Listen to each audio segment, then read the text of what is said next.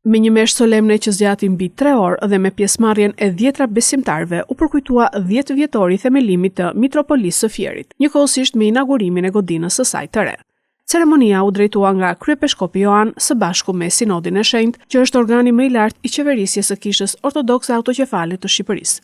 Një dekadë më parë u vendos që Fieri për shkak të numrit të madh të besimtarëve dhe trashëgimisë së pasur fetare të organizohej si mitropoli, duke u kthyer në një strukturë të rëndësishme përfaqësuese brenda Kishës Ortodokse Autoqefale të Shqipërisë.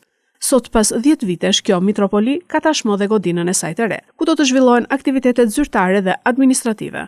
Në një prononcim për mediat, Kryepeshkopi Joan theksoi rëndësinë e përvjetorëve si momente reflektimi mbi rrugtimin e Kishës që nga martirët e parë e deri në ditët e sotme, duke nënvizuar se misioni i saj është përmbushur me përkushtim.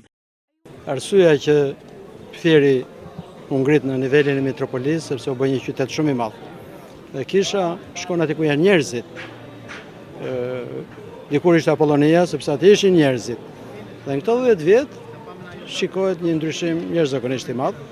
Kështu që përgëzoj mitropolitin e Fierit Nikollën për punën e tij vazhdueshme, konsekuente dhe pa u lodhur. Sepse kur e bëjnë punën tjerët, shpeshherë duket shumë lehtë. Madje njerëzit dhe ne kritik, por që ka bërë një punë të lavdërueshme, dhe kjo është një dhuratë për qytetin e Fierit, për gjithë Kishën dhe për gjithë vendin tonë. Gjatë liturgjisë e cilësuat çdo përkujtimore si një thirrje për meditim. Patjetër. Për paraardhësit. Edhe ideja e përkujtimoreve kjo ka qenë. Ishte një thirrje. Për shembull fjala jubile vjen nga hebraishte jabal, që ka kuptimin e bririt, kur frynin bririn që thirrnin popullin.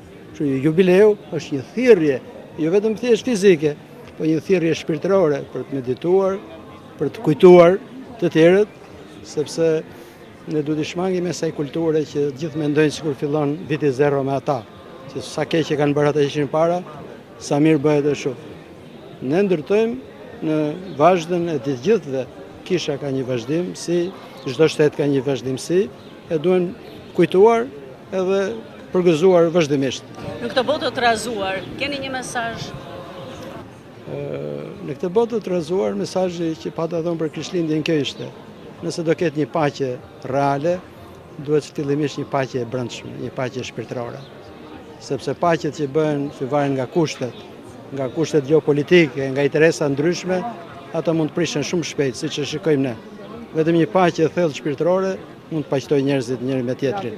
Fieri renditet ndër zonat me traditë të fortë ortodokse në Shqipëri, duke u pozicionuar i treti në rang vendi për numrin e kishave dhe besimtarëve pas Korçës dhe Beratit.